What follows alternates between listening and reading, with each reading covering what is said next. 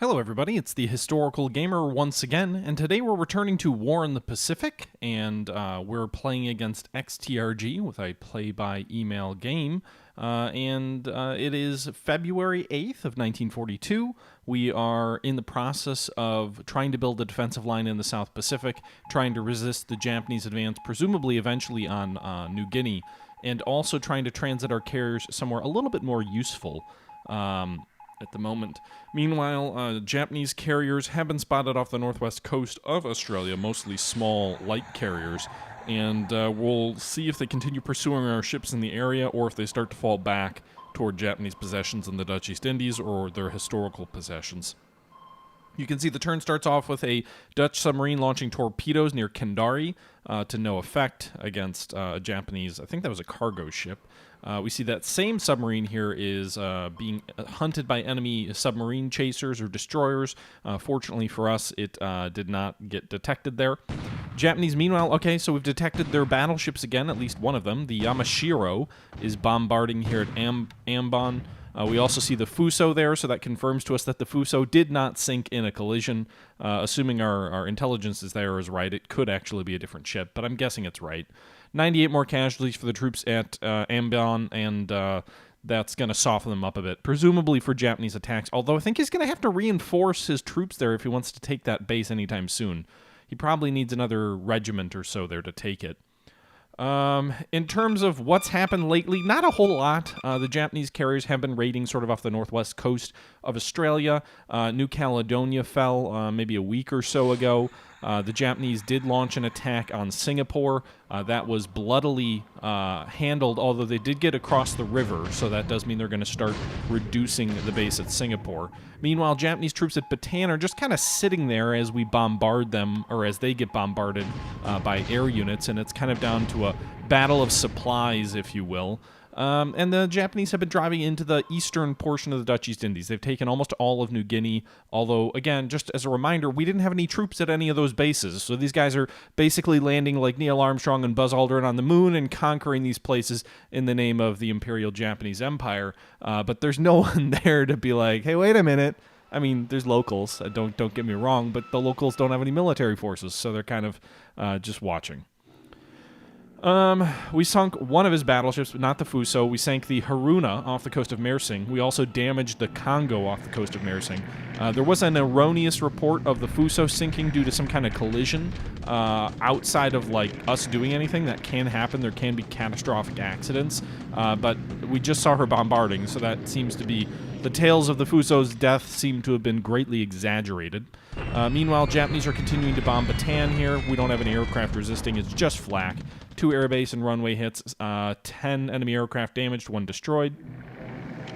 Some Japanese Ki-44 Tojos flying over Singapore. Those are some pretty good fighters. I don't think he has them in serial production yet, but Japan does start with a very small air wing with Tojos to start the game. Some Oscars flying out of Swing Kang, so we know he's now got fighters on Swing Kang. We also know that Sumatra and Java and all of the Dutch East Indies are pretty much all now within bomber range of GM3 or GM4 medium bombers with torpedoes, as we learned to the Sumatra's everlasting discomfort. She got a couple of torpedoes put into her by the Japanese. Dutch light cruiser. I'm not sure if we're going to be able to salvage her or not. Probably not. And some fighting going on in China. I think we're launching a counterattack at Nanjing, or Nanning, somewhere in western China where he had tried to flank our main defensive line, and we brought some reinforcements to bear. I'm hopeful that that will go well. We also are bringing additional reinforcements to the east of Pegu, where there is a Royal Thai infantry division there that we're trying to suppress as well. So we'll see if either of those fight this turn. We did fight last turn east of Pegu, and we didn't do so well. Okay, a lot more bombing going on here in China. Not a lot worth commenting on. Japanese recon over Sabang. Sabang, Sabang, ooh, ooh, ooh, ooh. She moves, she moves. All right. Japanese destroyer transport.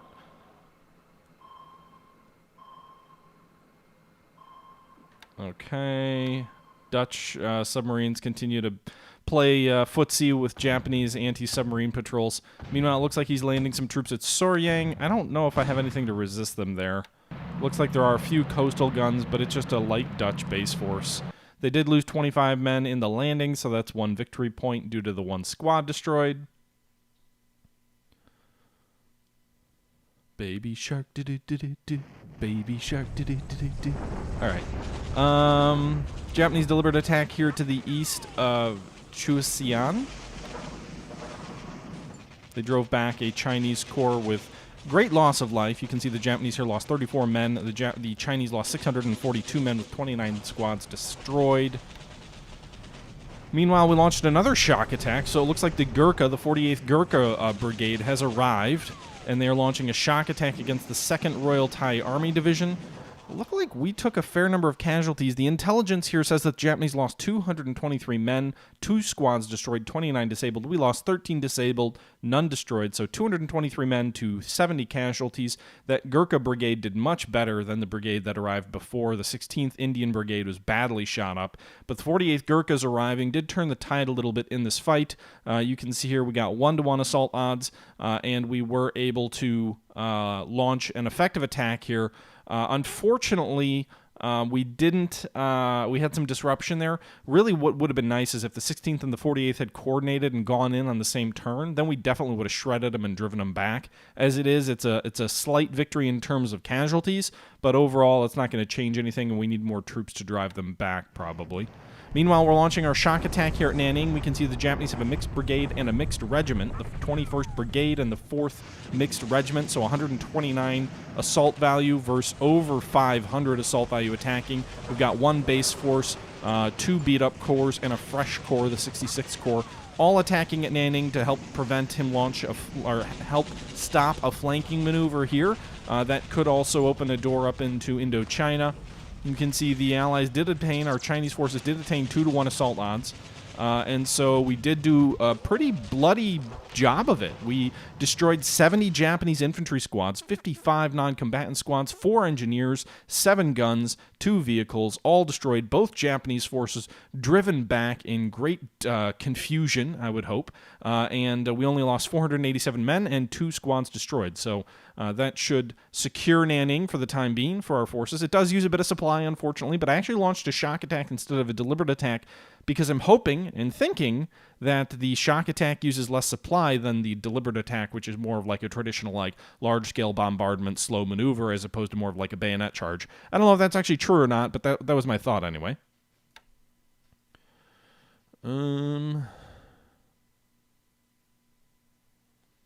Okay, so that's going to do it for the turn. You can see Karen's expand its fortifications, and now we're just waiting for the resources and other things to move and to bring in our reinforcements and whatnot.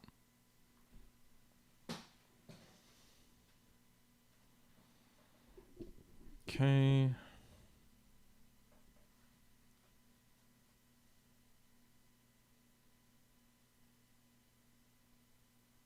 Hey, can someone say something in the chat? I kind of get the sense that my chat is not updating. The last thing that was said is it's the Haruna with a bed sheet on it.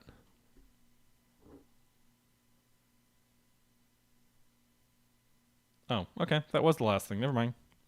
All right, some new troops arriving here. 7th Australian Cavalry Regiment is arriving at Aden. Look like we got a new Marine unit as well.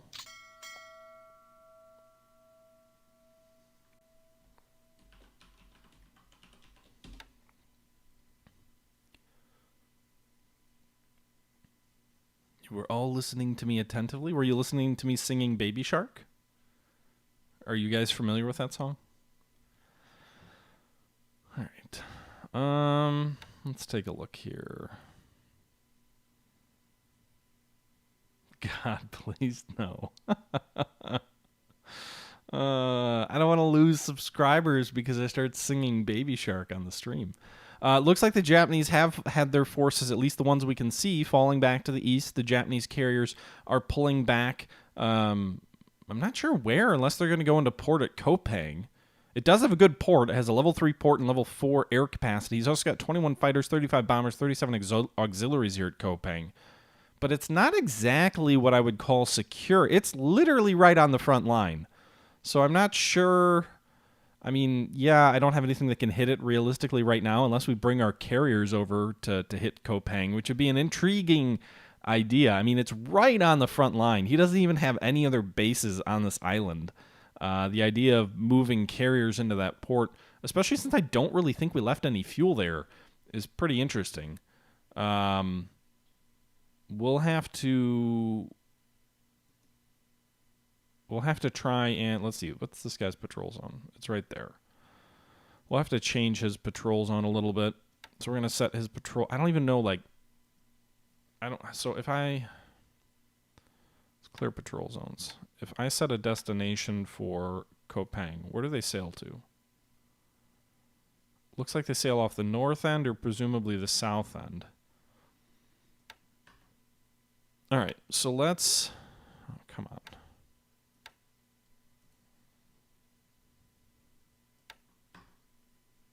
Clear it. Okay, set patrol zone. So let's do this. We're going to set this sub off on the north coast of Timor, and maybe, just maybe, we'll get a lucky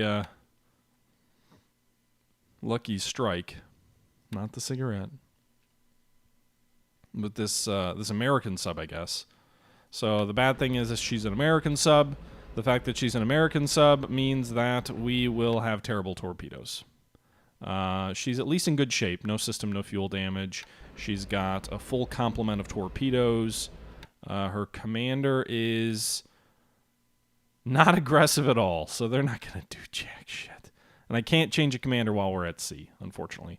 I had set my patrol zones up here further north under the assumption that he was going to move back through the straits and back out to safety, but he's now at least moving in the direction of Kopang. If we look at our intelligence here, you can see he's moving east. That's the only base he has over here, unless his intent is to bomb something over here, maybe move in and like bomb Latham. But either way, even if that was his intent, we'd still be right along the line of his advance.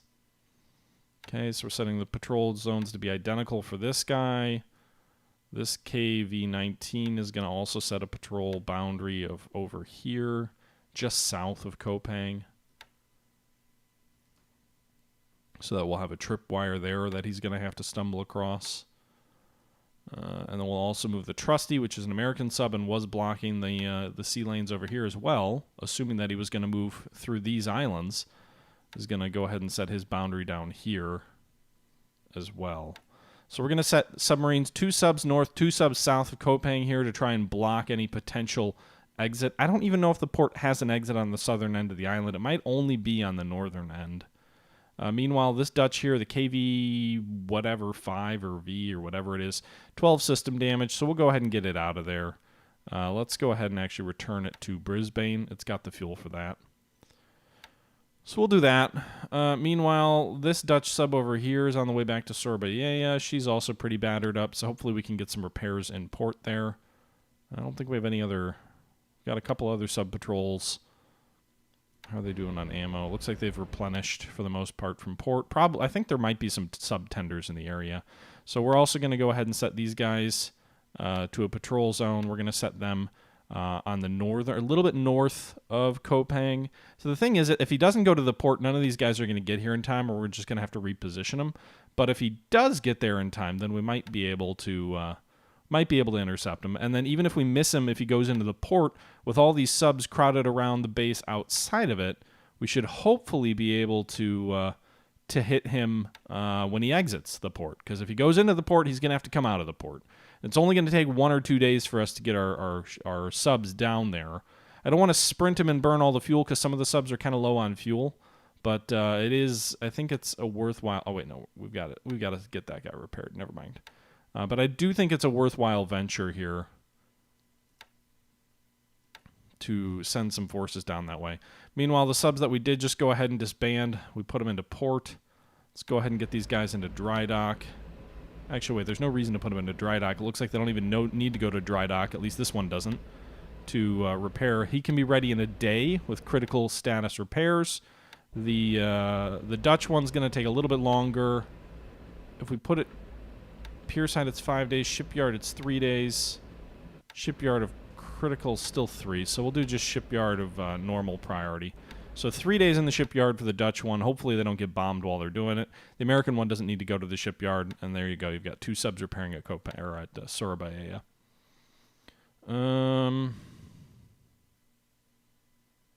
Okay. Yeah, Mark 14 party. That's not the party that I want to be at, unless you never want to hit anything. Then it's the exact party you want to be at. All right, so let's get these tenders out of here. We know the entire island of Surabaya is exposed to enemy air attack at this point, based on them having Nels and Bettys out of Timor, and also potentially Swing-Kang. So we're going to pull all these support craft out. We're going to try and send them north to Colombo, which is probably the safest place to go. So we're going to have them go that way. We're going to have them go first, and then we may have some of those local mine layers or whatever move after. Meanwhile, let's see here. What about the troops that attacked to the east of Pegu? How are they doing? These guys, they're doing better. Okay, so I thought their assault value had dropped, but by the looks of it, they actually didn't drop as far as I thought they would. The 48th Gurkha does have a fair bit of disruption at 43 and fatigue of 33. The 16th is tired, but they don't have as much disruption. We're going to go ahead and set these guys to defend. We're not going to have them shock attack again. We'll give them a day off, but that's good news that they still have 86 AV. That's, pretty close to full strength. Only 16 squads disabled. I'm assuming they're getting a little bit better situation than the Thai forces, which are probably a little bit beat down. Meanwhile, the 1st Burma Division is on the way, but it's going to take like 6 days. I'm hoping our other forces can drive the Royal Thai Division back before then. Meanwhile, at Nanning, our troops attacked there, and you can see here they are all low on supplies now, which sucks because there's no supplies in the base to pull for them. The 66th Chinese Corps somehow ended up stronger after the attack than they were at the beginning. They have 401 assault value now. Meanwhile, I think what I'm going to do is I'm going to move the other forces here. The 66 is the most valuable, so what we're going to do is we're going to leave these other troops here to prevent his troops from coming back, and then we're going to go ahead and have these 400 men fall back to Luchao. I'd be tempted to chase him, but we don't really have much to chase him toward. We drive him into Indochina. If we get too close, if we go into Indochina by mistake, we activate a whole bunch of his reserves. His troops are probably pretty beat up. They're going to draw a fair amount of supply, though. My troops don't have supply. I don't want to get tricked into a bad situation where we overextend our supply line. I'm going to pull those 401 assault value troops back out to Luchou, and then we can rail them wherever we need to along the Changsha line. Meanwhile, Changsha is still hanging in there. Supply situation really isn't any different. The situation with the troops on the ground isn't any different either. About 4,700 assault value left, which I think is about where we were after the last turn.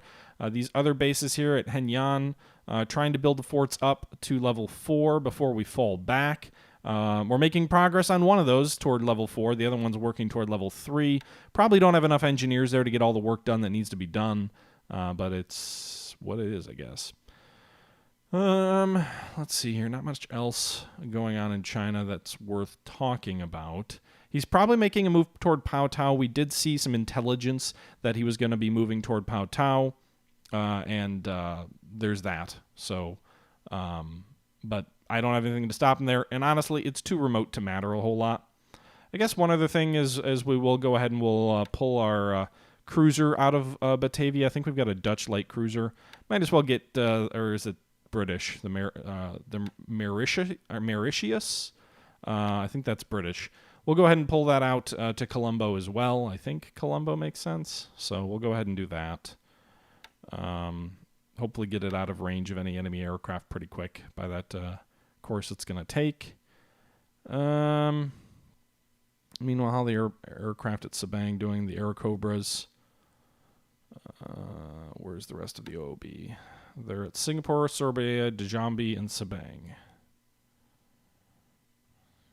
Okay, so let's go ahead and pull these guys. Can we get them to Rangoon with drop tanks? We can. All right, we're going to pull them out to Rangoon. So they're going to join the ever-growing force of misfit toys and outcasts that are currently fleeing to Sabang. Meanwhile, the 24th, its elements in Singapore are still damaged. None of them got repaired enough to move. Some of these guys did in Djambi did get repaired up to move those, so we'll move them up to Sabang. Oh, they can't reach due to not using drop tanks, so we'll go ahead and use drop tanks. We only have so many drop tanks. That's the other challenge there. But we'll move those guys via that direction. I think we might still have 1 or 2 more at Sorbayea. Yeah, we've got 1 of these guys using drop tanks. Try and get them up to Djambi. And we did. Okay, so then he merges with the subunit there, so that's good. Okay.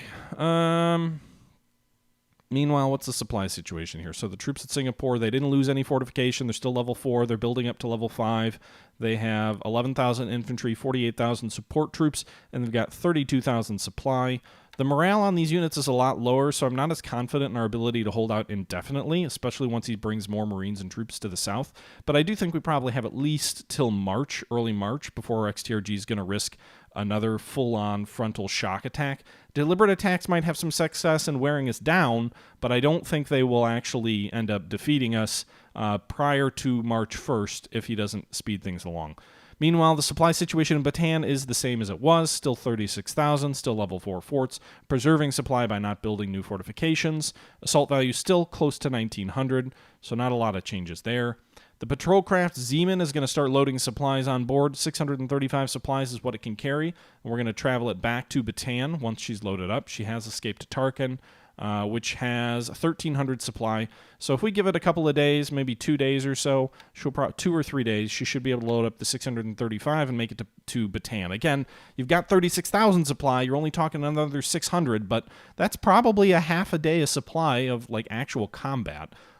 So it's worth something, I guess. And if we get a few more of those, every day we can buy is another day that throws XTRG's timelines off and forces him to keep divisions and other things like that where they are. Meanwhile, our troops in the south of the Philippines, he's not yet reduced Mindanao yet. We still have 335 assault value at Kaigan. We still have enough supply so that none of those guys are red in terms of supply yet, although we're down to 1,400 overall supply there. We still have level 2 fortifications, and he still hasn't deployed enough troops here to fully crush us there. So that's, again, both Bataan and Mindanao are eating up Japanese resources. I don't think I can rebuild units at Bataan or at Mindanao. Maybe perhaps I could rebuild Philippine troops, but I don't think we have much in the way of those troops in the pool. And even if we could, to be honest, I don't have any desire to use more supplies. I really don't want to increase the supply toll on our troops already surrounded. They have enough to hang on for what they have right now. I don't want to tax them further. Meanwhile, Sorbayea has 24,000 supply, 9,000 oil, 14,000 fuel. We might want to turn off the refiner. Well, the refiners are generating supplies, so we'll probably keep that as is. Palembang, meanwhile, about 20,000 fuel, over 500,000 oil, 20,000 fuel at Oosthaven. We still have that Tideman patrol craft here. She's a small one. Go ahead and form a surface task force with her. She's got a decent range for a patrol craft, though. We'll see. Can we get her to Colombo? Colombo's kind of a long way for a craft of that size. It's no open boat, but she can make it there barely. Uses more than half her fuel on cruise speed. Assuming she doesn't run into a Japanese submarine and get sunk, which is also a fair probability. Meanwhile, the Sumatra here is falling back to the port on the northern coast of Australia at Port Heidelberg. She does have 4 out of 9 detection, which means the Japanese do have detection. She is within range of GM3 or GM4s if they're based out of Kopang, so she very may well die. But the goal is to get her there so she can get more fuel and then ultimately work her way back toward Perth. Even if they do, well, there isn't even much fuel there for her to get. But in any event, we're trying to get her somewhere into port. We're still unloading fuel at Carnarvon. We're still, I think, repairing these tankers here in port. 5 and 6 days remaining. Meanwhile, it looks like most of our ships otherwise appear to be safe. So we'll load 21 fuel at Headland, and then we'll move toward Carnarvon. But the Sumatra can't make it there, so that's why we're going to the closer port. Heavy cruiser Exeter and Cape Town appear to have made it out. They're heading south toward Perth, so that's good. Meanwhile, we've got these other tankers which are now heading back into Perth. The last run of oil that we were able to pull out of the Dutch East Indies here is going to be making it into Australia before too long. Some of these supply convoys which have come in from Cape Town are also on their way back. Tankers as well on their way back. Yeah, so that's the situation there. Meanwhile, the carriers, the Hermes and the Indomitable are operating up here. The Hermes is out of fuel pretty much, almost. Some of the other ships in the task force, the light cruisers, are out of fuel, so they're taking pretty heavy system damage. Just poor planning on my part. We are rushing the Royal Sovereign and the Indomitable. Well, we're not rushing, but we're moving the Royal Sovereign and the Indomitable south. They both will have fuel, so they will be able to share their fuel with the other cruisers. The question is, where do we go from there? Because they're going to need some refuel, I think, prior to heading back. But I don't want to rush them back into Japanese air coverage, so maybe we stop and anchor at Coast and we bring one of these tankers in this way. It's actually not a terrible idea. Should be out of range of everything and probably far enough west to avoid most of his subs. I would rather not lose huge system penalties on a bunch of ships, so that's not a terrible idea. I think we'll do that. Meanwhile, not a lot else happening in the South Pacific here. We've got our forces at Port Moresby, about just shy of 200 in the way of garrison forces here. Assault value at Port Moresby. It's also building its fortifications up. It's already level 3. It's working toward level 6. It's jungle terrain. It's not good terrain for the attacker. We're also moving back some 18 assault value here, troops, toward Port Moresby. It looks like they'll probably be at 1 hex away in another turn. And so that'll give us another 18, put us over 200 assault value there, so that'll be nice. Meanwhile, New Caledonia has fallen, Espiritu Santos has fallen, and the Fiji line is still being worked on. Our carriers are over here to the south. They're currently in Wellington. I actually anchored them in Wellington. I don't know if we pulled any more fuel, but Wellington is out of fuel still. Let's see here. Did we use more ops points? Doesn't look like we did. Not on those ships anyway. Doesn't look like we used ops points on any of these ships. So the railway just said, hey, these ships in port, it's not worth refueling, I guess. All right, let's get our fleet out of Wellington here. We're going to have them transit over to Perth. I have an idea forming in my head. I don't want to say that idea quite yet, but I do have an idea, so I won't share it with you guys quite yet. But the plan is going to be to move these carriers to Perth, at least for the time being. Yes, we know Wellington has no fuel. That's actually good. Then you didn't use any ops points, so you still have full movement orders. And we're going to move you to Perth as your new home base for the time being. And you're going to move that way. You've got enough fuel. I'm going to use some different waypoints here, though. I'm going to have us travel the south around the southern tip of Australia and also south of Tasmania. I don't know if that's going to increase systems damage because we're going to be in some pretty rough seas this far south. I don't think the game models it quite like that. I mean, storms definitely are modeled, but I don't think it's going to model like, oh, you're in the Great South Sea, and so that's going to hurt you. I hope not anyway. We've got more than enough fuel. Looks like it's going to... doesn't tell me how many days it's going to take. But we're going to move 4 at cruise speed. We've got 96 hexes to go, so it'll be 8 per day. So it'll probably take us a little bit shy of 2 weeks to reach there. So that'll be, 7, 8, 10, 12. So 12 days looks like it should take us, if my math is right. Yeah. To get to Perth, and then from Perth, I have some other plans. But in any event, we can divert to Sydney or Melbourne or whatnot as we see fit. We're going to go ahead and move in that direction. Doesn't show any detection because there was no task force over there. There is no detection over Wellington, although we did have a small amount of detection over the carrier force not that long ago, so it's certainly possible that they know we're here. But they won't know that we're going to Perth necessarily. Meanwhile, we're still unloading the 34th Combat Engineer Regiment here in Auckland. We've got 264 strength at the capital here of New Zealand, and we've got a lot of engineers at the base, so that's good. Still have task forces at those various islands. We are still working on transferring some new troops to those islands. New task force here of cargo ships just arrived at San Diego, which is actually very good because I'm going to probably need to transport a division in San Diego before too long. Let's see here. Take a look at AV. Did anybody just arrive? Fort Ord, Fort Ord, Fort Ord. Why would you prepare for Fort Ord, you sillies? Yes, this West Coast. This is the 164th Infantry Regiment of the Admirals Division.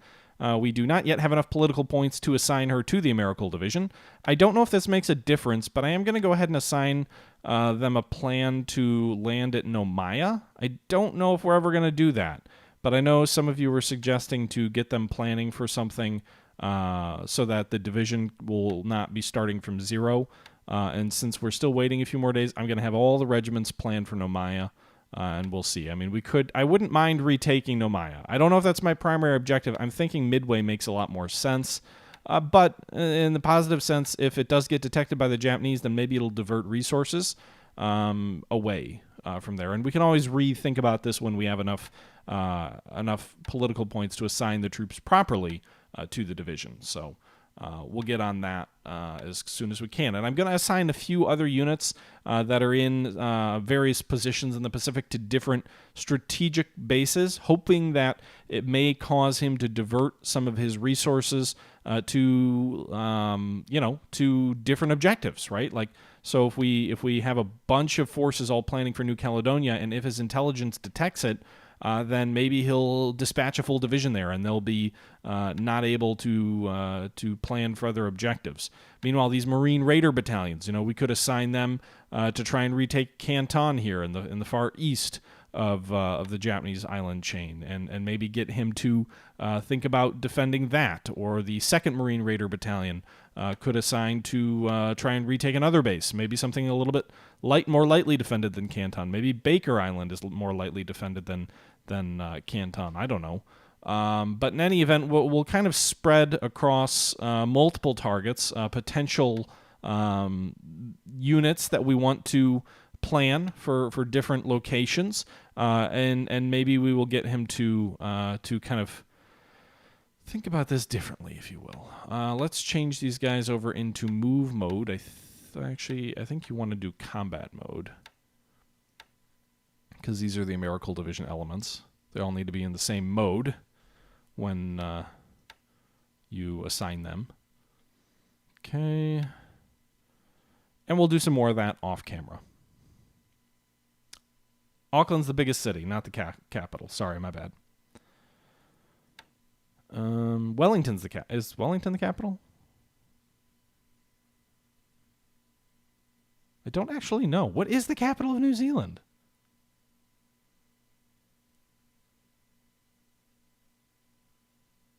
Oh, it's Wellington. Okay.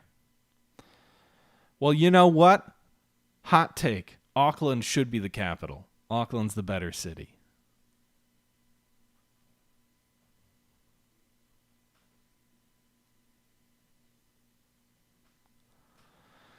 Whatever, guys. It's the capital of my operations in New Zealand. Let's just put it that way. No, it should bloody well not unsub. Well, that was awkward. I've never been to New Zealand, okay? I've heard good things. So yeah. Sydney's the capital of Australia, right?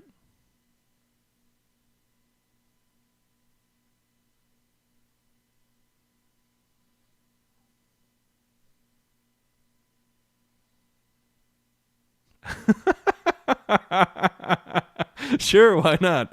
Yes, that was actually a troll by me. Okay. All right. But it's got the better opera house. I know, like a G-Man, I'm just trolling, okay? Honest mistake with the New Zealand, though. All right, so let's see here. Trying to think of what else we need to look at right now. Rangoon's supplies are getting a little bit low for my taste for the number of troops we have deployed. We are chewing through that supply. Jesus. Do I have any supply on the way there? I thought I did. These guys are going to Rangoon. I'm just worried they're going to get pounded by Japanese air. that is kind of terrifying to me. Rangoon is not very well positioned from a supply perspective because we know he has naval bombers that have already hit it. Like, our biggest hope is to rush in there, unload a few transports at a time, and hope he doesn't attack. And if he does attack, just pray that the pathetic cap we can put up can stop him. But we don't really have much defense against him doing that. So we've got air units in India, yes. I have like 48 Hurricanes that are actually in Chittagong. So we've got a good, strong fighter formation here that we could move into Rangoon, but I'm going to wait for the moment, maybe a day or so, till those transports get closer. These guys are still a little bit of a ways out. Due to the roundabout course they're taking, they're not going to get there for, well, they can go 3, 6, so that's 1 day, 2 days. I mean, they're at least 4 days away from being in Japanese air cover. So we'll give them maybe a day heads up, but we don't want to alert his forces too quickly. We also have some more Hurricanes back here at Karachi, so that's something else that we can kind of leverage when it comes to it. Meanwhile, these guys are unloading some RAF groups here, I think. Or are we loading them? I think we're actually loading them up, aren't we? But in any event, moving some troops over here near Karachi. Yeah, we're unloading them. So we'll rail these guys over to the India theater as well. Meanwhile, we're loading up fuel. Various units over here. Did the Prince of Wales make it to Cape Town yet? Oh, yes! The Prince of Wales is safe! The Prince of Wales has made it to Cape Town. She did not sink. We'll go ahead and disband the task force into the port. We don't have any fuel. Well, we have 250 fuel in the port, which is just great. We're going to go ahead and load supplies up on these guys, and then we're going to move the 23,000 supplies to Rangoon. Rangoon has plenty of fuel, by the way, for our ships, just not enough supply. Yeah, doesn't have enough fuel, apparently, to get to Rangoon. Even if we change the base to Rangoon? That's a lot further than you would think. So we'll have to make a stop at Colombo to top off on fuel.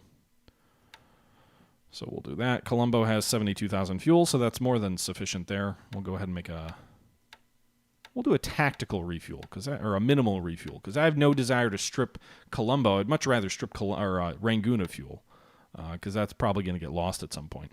Meanwhile, the Prince of Wales has made it successfully to Cape Town, which is good news for us and also kind of bad news. So there's two schools of thought here, right? So the Prince of Wales is ready to start repairs. Currently, we have the battlecruiser Repulse also undergoing repairs, and a cargo ship and a merchant ship here, an armed merchant. The armed merchant is low priority, right? So she's going to take 17 days.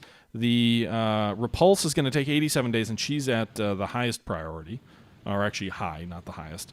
And then we've got the cargo ship Dorsia, which is also on low, and will take 11 days. Apparently she hit a mine. So we now are adding a battleship here that is in much worse shape. We're going to go ahead and switch her over to...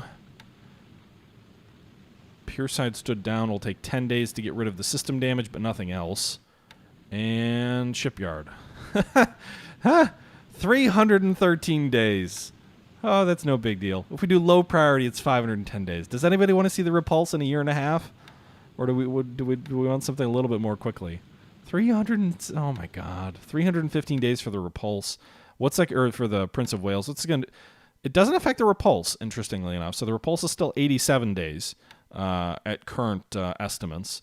So a little bit less than a year for the Prince of Wales. She'll make it back in time for late 1942, which is actually pretty good timing. Two important things to remember. The Prince of Wales didn't get sunk, so that's 202 victory points that we didn't lose. The Repulse also didn't get sunk. That's another 202 victory points. That's 404 victory points right there that we didn't lose because neither one of those sank. The sad fact is that neither one of them is going to be in any operations in the immediate future still, but the good news is the Repulse will be able to operate in some of the spring offensives or spring air campaigns that we presume will be coming up, and she's a battle cruiser, so she's fast. She can keep pace with the battleships, and she can give them badly needed ACAC fire. With the carriers. So she can give them badly needed ACAC fire, which frankly the smaller ships that currently keep up with carriers don't do a good job of. And the battleships that the Americans have are too slow to keep up with the carriers for the most part. So she's going to be back in 87 days, which will put her in, March, April, and early May. Which is good, so that'll be useful. The Prince of Wales, meanwhile, will be out of action until December-ish. But the good news with that, at least, is that when she is back, it will be in time for the spring offensives of 43, when we really start to get enough forces to really hit XTRG hard, but when we're not yet so overpowering that he can't put up a fight. It's going to be the most critical part of the war, and the Prince of Wales will be coming back online at that period in time. So I guess that is good. That's your West Bend Silver Lining. Force ship Z ships do have upgrades. You can see, well, actually, these guys could upgrade in January of 41. I think they get better anti-aircraft, I think, actually. So, yes, they do have some upgrades. Or at least the Prince of Wales does. The Repulse has upgrades in June of 43. So she doesn't have any more upgrades at this point in time, but in June of 43, she'll get 20mm Oerlikons, 48 of them. She doesn't have any of them right now. She gets to keep her 21-inch torpedo tubes, interestingly enough. And it looks like her overall anti-aircraft rating will be 1680. Holy shit! Currently, it's 752. The Prince of Wales anti-aircraft rating is 1,873. Those are good numbers. 1,600, 1,800. The 1,600 is better than our Lexington-class aircraft carriers.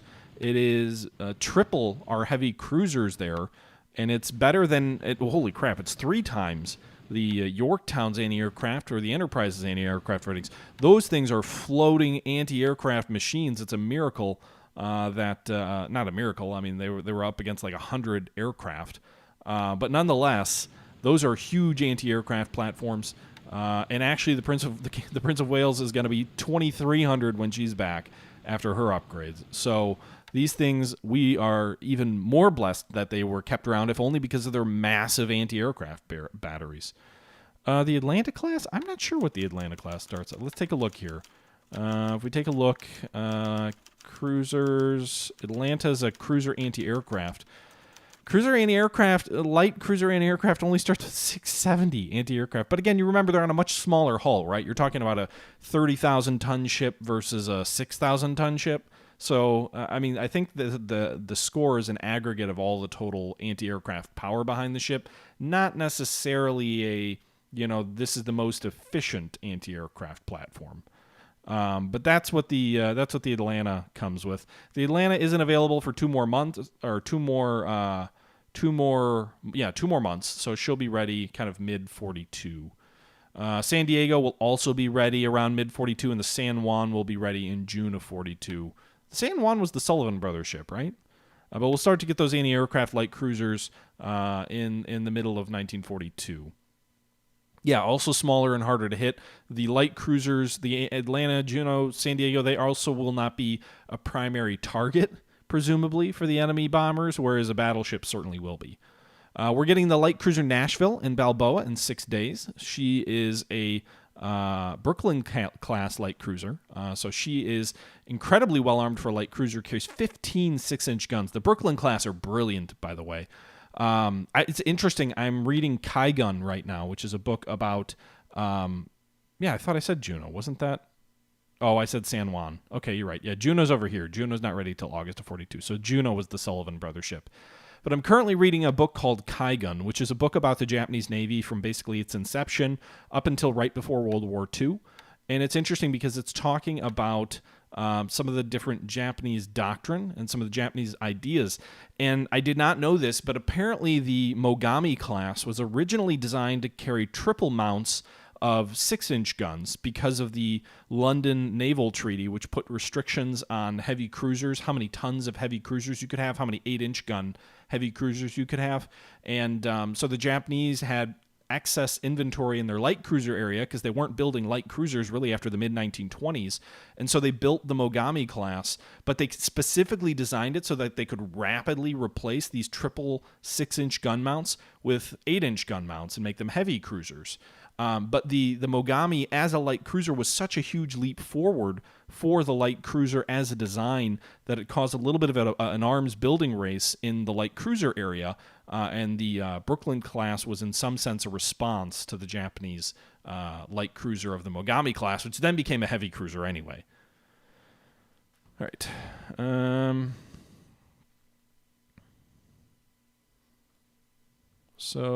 But yeah, Kaigun, good book. Highly recommended. I've been burning, I think I've read like 100 pages in the last 2 days on it, which when you consider I'm working 8-hour days on those days is quite a bit in a short period of time. Meanwhile, the Japanese have 4 units here to the southeast of Changsha. They do not have 115 units in Changsha. There's no way. I can't imagine they would have that. Be interesting to see if we get another attack coming our way. We're up to 25 for level 5 forts. ABDC-COM, I'm not really paying a ton of screen time to the Dutch command. We're building fortifications up everywhere we can, but there's not a lot else we can do. Batavia is currently at level 3 fortifications with 30% toward 4. Surabaya is at level 3 fortifications, 50% to level 4. Palembang is at level 2 fortifications, 54% on the way to level 3. The bigger problem with the Dutch forces is their morale is so bad. Okay. Naval Dutch forces have largely been pulled out of the Dutch East Indies. So we were looking at some submarines here in the Surabaya area earlier. But the bulk of the naval forces have been pulled out, either part of this light cruiser force or light carrier force, which is largely out of fuel, which is going to be linking up with the Indomitable to get more fuel, or they've been pulled south as part of this cruiser task force here, which is on its way back to Perth after failing to engage the Japanese carriers in a surface engagement and taking a couple of hits into the Exeter and the Cape Town. I don't have a lot of other updates this turn specifically. We've got a lot of battleships at Pearl Harbor now. We've got 9 battleships, and of those, we've only got sort of 2 that are critically damaged. Other than that, we've got 1 that's going to be ready in a month and a half. We've got 1 that'll be ready in 4 days, and we've got 5 that are currently in active duty service in terms of the battleships. So the battle fleet is to a large extent reconstituted. Again, in a month and a half, well, I guess as of right now, we've got 3 battleships at Pearl that are undergoing repairs, and I think we've got 1 at San Diego. We've got the Pennsylvania, which will be ready in 5 months at San Diego, currently undergoing repairs. We've got 1 at Mare Island. The West Virginia will be ready in 132 days, currently undergoing repairs. Mare Island, I believe, is named, by the way, after a brilliant... I'm currently reading, or listening on Audible, not reading, to Bruce Canton's Terrible Swift Sword, which is the 2nd volume in his Civil War history. And he's talking about, I think, I forget the name of his first name, but there's a brilliant naval man with a last name named Mare, who was critical in navigation and a lot of naval developments in this era. He ended up joining the Confederacy, and his talents were not utilized by the very inefficient Confederate government. But I believe that naval yard might be named after him. Meanwhile, the Arizona has 3 more months till she's done, and the Maryland has a month and a half. So it looks like we've got about 4 battleships. 2 at San Francisco, 1 Mare Island, 1 San Diego. 4 battleships in the continental United States that are repairing, 3 at Pearl. So that does still mean we have 7 out of action, but we will have 6 inside a week ready for action, which is still a pretty powerful battle fleet.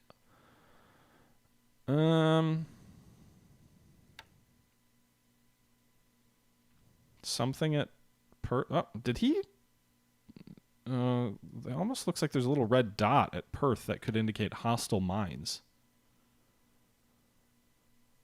I don't see anything that says there's enemy mines present, but it almost looks like maybe that's orange. Maybe I'm misreading that. In any event, the ships at Perth, not a lot currently at Perth. We've got 2 light cruisers, or we've got a light cruiser, the Adelaide. We've got the heavy cruiser Chicago, and we've got the destroyer Craven. So inside 2 weeks, we'll have a light cruiser and a heavy cruiser in Perth that are repaired. So really, by the time the carriers show up, we'll have another heavy cruiser for them. Meanwhile, none of the other ships currently in port there. We evacuated most of the ships out of port in Perth. There's a few. There's, destroyers, couple transports, a tanker. But there's not a ton in Perth right now. The Warspite is at Pearl Harbor. She's one of the 5 battleships that are currently ready for sea in all respects. So you can see the Warspite is ready. The other guys... Does anybody else have a January date to be upgraded? Looks like all our other guys are already upgraded. So we have upgraded most of our battleships to include air search and surface search radar, which is great. In the middle of the year, they're going to get upgrades that are going to increase their anti-aircraft firepower by almost 1,000. So that'll be good for them, but that's still several months away. Okay. In terms of this last turn's losses, Japanese didn't lose anything air-to-air or on the ground. They did lose 10 aircraft operationally and 3 by flak. We lost no aircraft last turn. Wow, that's a free turn. 13-0. I'll take those odds every time. It's showing 3 Nels were lost in operational losses, 2 Ki-46 Dianas or Dinas. We've got 1 Mary, 1 Anne, 1 Tina, 1 Mavis, 1 Pete, 1 Jake, 1 Val, 1 Claude. So that's good, I guess. Meanwhile, if we look at top pilots, we still have a number of aces. We actually have, looks like 1, 2, 3, 4, 5, 6 pilots with 6 kills. I believe one of them is Pappy Boyington with the Flying Tigers here in China. Although I guess actually this is the first squadron, so they're actually at Rangoon right now, trying to repair from the damage they suffered trying to defend Singapore. But G. Boyington, which I believe is Pappy Boyington, he's a major of Black Sheep fame. British ships do not all start superior in radar and AA. I would say that the British ships in the game start superior in experience pretty considerably, especially their destroyers. They start vastly superior in anti-submarine warfare. The British early anti-aircraft guns were definitely better than the American ones. The American ones both had problems with their shells and some problems with some of the mounts and guns that they used. The American ones do get a lot better. I don't think the British get vastly outstripped, though. I think they just kind of gain parity with the British. All right, so that's the situation there.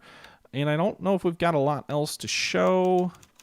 Ship withdrawal, I don't think we're behind on anything right now. We can double check here. Yeah, next one's 69 days for the Queen Elizabeth. Where is the Queenie? I think she's on her way to Cape Town. Ham steak, brah. Ham steaks, brah. Thank you for the follow. Appreciated. So the Queen Elizabeth must be somewhere out here. We got a bunch of ships on their way to Cape Town. Doesn't look like she's in one of those. She's in one of these. Yeah.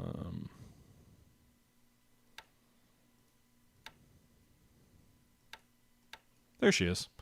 18 sys damage. She's on her way to Cape Town. She'll be there in 1 day. So we'll have her arriving shortly. Ground force reinforcements, sure, we can take a look at those. Ground reinforcement schedule. We've got some Blenheims, Walruses, Seagulls. Well, that's actually on the Nashville. But, or these are groups, sorry, these are air unit reinforcements. Why is this red? Oh. What happens when you have an Air Force reinforcement that's for a base that's fallen to the enemy? Because apparently we're supposed to get 18 F2A3 Buffaloes and 18 SB2U3 Vindicators arriving on Midway Island, but Midway Island is currently held by the enemy, so I don't know what that's going to mean. But anyway, you can see here we've got several aircraft arriving in San Diego. I think a lot of these are being transferred from the East Coast, though. Meanwhile, ground withdrawal, I don't think there's anything. Oh, there's some in 10 days, but these are convoys. They don't count. They automatically are managed. Ground units destroyed quite a bit. I think we're actually recalling some of those. Although maybe not what you see here. The FMSV Brigade would be nice to recall. Pretty powerful force. Killed near Kotabaru, but I'm not going to spend 500 political points to reform them. Not when I'm trying to get the American Division assigned. Blah, blah, blah. Ground units, reinforcement schedule. 3 days we get the 1st Australian Corps here in Aden, which will be nice. 18th Australian Brigade assigned to the 1st Australian Corps. 4 days we get the 194th Tank Battalion here in San Francisco. It is part of a larger unit. What is that larger unit?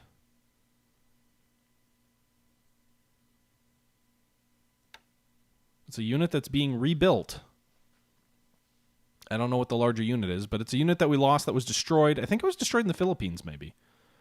It's being rebuilt. We've got the 21st and 25th Australian Brigades coming in 4 and 5 days specifically. They'll arrive at Aden as well. Are these units being rebuilt? No. They're also very good units in terms of experience. They're coming from the desert. And in a week, we get a bunch of other units here. So some of these units were destroyed. Some of them are new. So that's ground units. We already looked at air.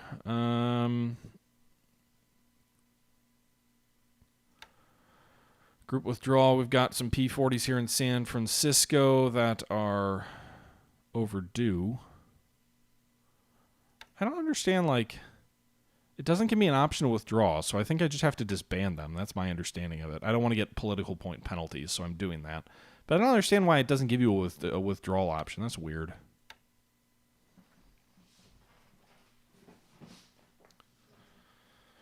Largest warship that I've lost and sunk.